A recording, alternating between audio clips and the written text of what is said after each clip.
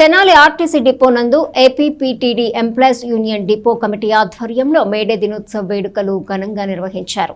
8 గంటల పని విధానాన్ని తీసుకొచ్చేందుకు పోరాటం జరిపి అసువులు బాసిన అమరవీరులకు నివాళులర్పించారు. తెనాలి ఆర్టీసీ డిపో వద్ద APPTD employees union depot committee ఆధ్వర్యంలో మేడే వేడుకలను ఘనంగా నిర్వహించారు.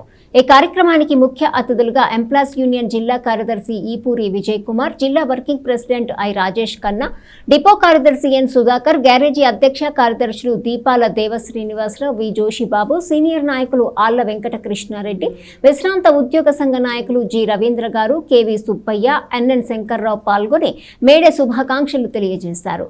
తెనాలి డిపో ఎంప్లాయీస్ యూనియన్ గౌరవ అధ్యక్షులు బి సాంబశివరావు జెండాను ఎగరవేసి అందరికీ మేడే శుభాకాంక్షలు తెలియజేస్తూ ప్రసంగించారు. ఈ కార్యక్రమంలో ట్రాఫిక్ విభాగం నుంచి డ్రైవర్, కండక్టర్లు, గ్యారేజీ నుంచి గ్యారేజీ కార్మికులు, విశ్రాంత ఉద్యోగులు 100 మందికి పైగా పాల్గొన్నారు.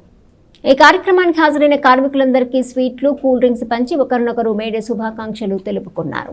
ప్రపంచంలో 8 గంటల పని విధానం కోసం మరి అసూలు బాసిన అమరవీరుల త్యాగ ఫలితం ఈ మేడే జరుపుకుంటున్నాం మన ప్రపంచవ్యాప్తంగా. ఇది ప్రపంచవ్యాప్తంగా పెద్ద వేడుక.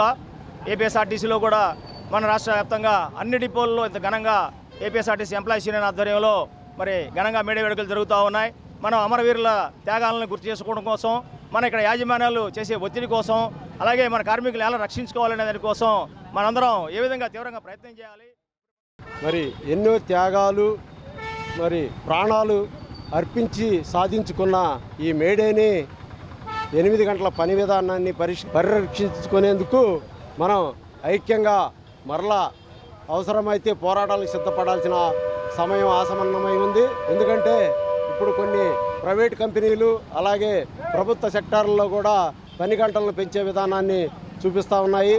మరి ఎంప్లాయీస్ యూనియన్గా ఆర్టీసీలో ఎప్పుడూ నిరంతరం పోరాటాలతో మరి ముందు ఉంటుంది. దానిలో